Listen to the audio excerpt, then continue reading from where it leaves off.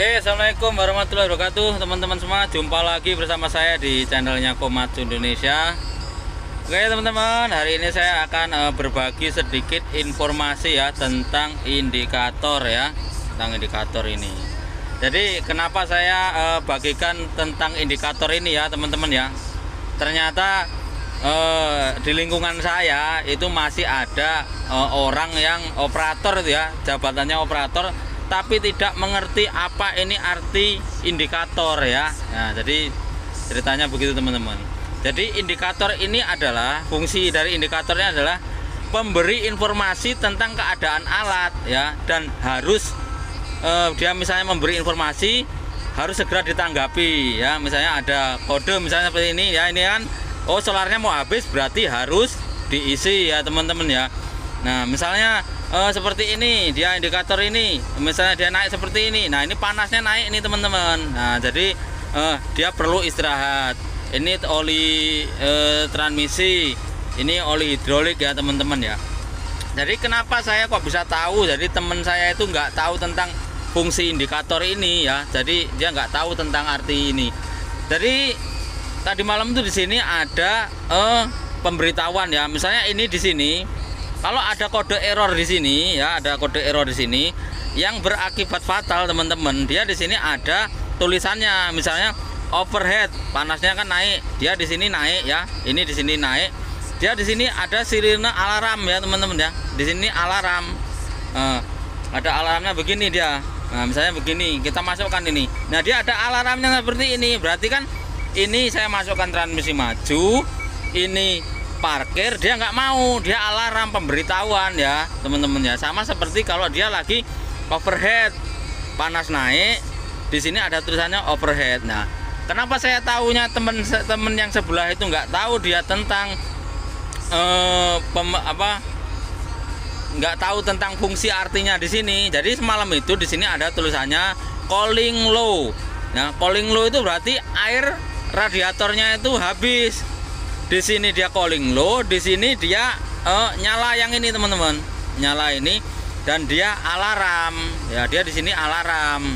Nah jadi harusnya dia itu tahu apa yang harus dilakukan, sama dia itu tahu, karena dia ini pemberi informasi. Indikator ini pemberi informasi yang harus segera ditanggapi ya, jangan didiamkan saja. Kalau didiamkan saja ya pasti ada akibat-akibat yang merugikan di alat ini. Misalnya kalau kita ini overhead panas naik, kita gas terus ya, kita gas, kita ini lama-lama mesin ya bisa hancur gitu loh.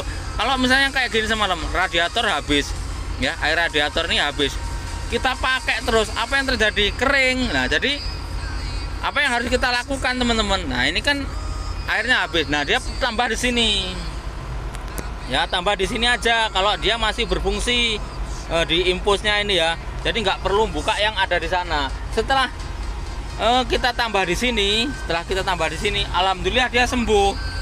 Lampu yang di sini ini hilang ya, yang di sini ini penjelasan yang di sini itu hilang ya. Jadi buat teman-teman kalau bisa ya, jangan cuman taunya bawa alat ngegas saja. Jadi teman-teman harus tahu juga ini di sini nih, fungsi-fungsinya tuh harus tahu ya.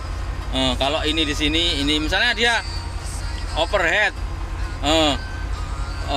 terus low power. Nah low power misalnya, low power ini apa yang harus kita lakukan di sini nih? Dia memberi informasi tentang low power.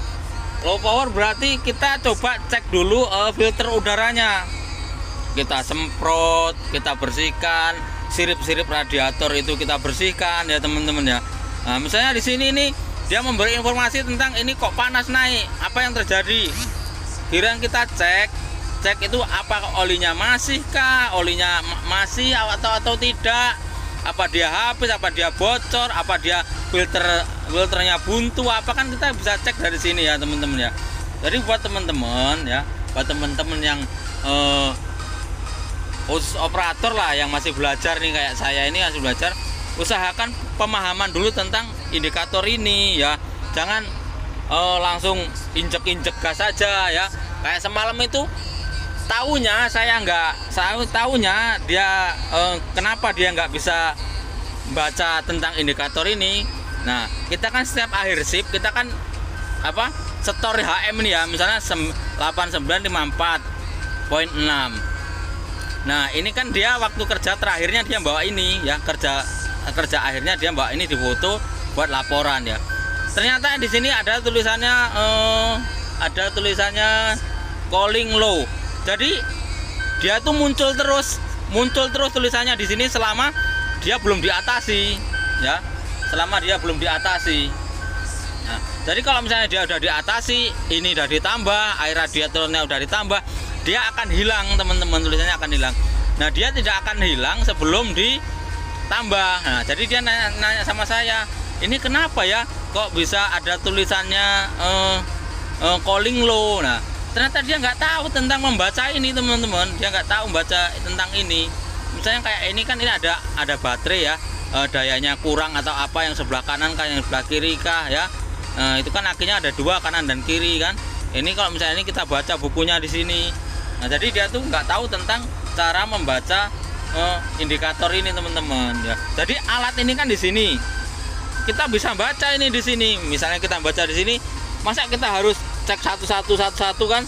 Nah kecuali kalau ini indikatornya ini rusak ya, indikatornya ini rusak, terus kita ngisi secara kita ngeceknya secara manual aja, perawatannya secara manual. Misalnya habis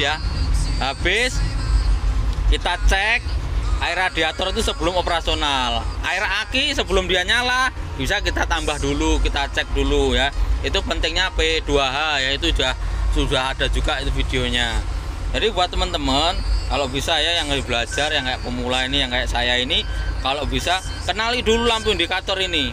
Jadi jangan cuman bisanya bawa alat aja gitu ya. Jadi perlu tahu tentang misalnya kayak gini, oh ini solarnya mau habis DC, oh ini overhead panas, oh ini begini. Nah parkir kenapa dia nggak mau nyala, nggak mau jalan, begini digas-gas juga nggak mau jalan ya, misalnya gini, oh ternyata dia parkir. Nah begitu ya teman-teman ya. Nah ini manual auto. Nah ini untuk beban beratnya di sini ya. Itu ininya. Nah ini juga bisa. Nah jadi teman-teman tahu. Kalau misalnya belum tahu, jangan sok senior ya, jangan sok bisa, tanya sama mekanik atau tanya operator yang lebih senior. Misalnya dari saya Caterpillar ke Komatsu misalnya, itu kan saya pasti nggak beda jauh nih teman-teman, pasti nggak beda jauh indikator ini. Kita tanya sama yang udah senior, yang udah tahu, yang pernah bawa alatnya di situ gitu. Jadi jangan diem aja gitu loh. Giliran ada kayak gini, semalam kan repot, saya harus aturan saya udah kerja, saya harus ngurus ini, harus ngurus penambahan, terus cek yang lain kan gitu teman-teman. Nah jadi buat teman-teman semua tetap semangat yang lagi belajar ya, utamakan pembelajaran.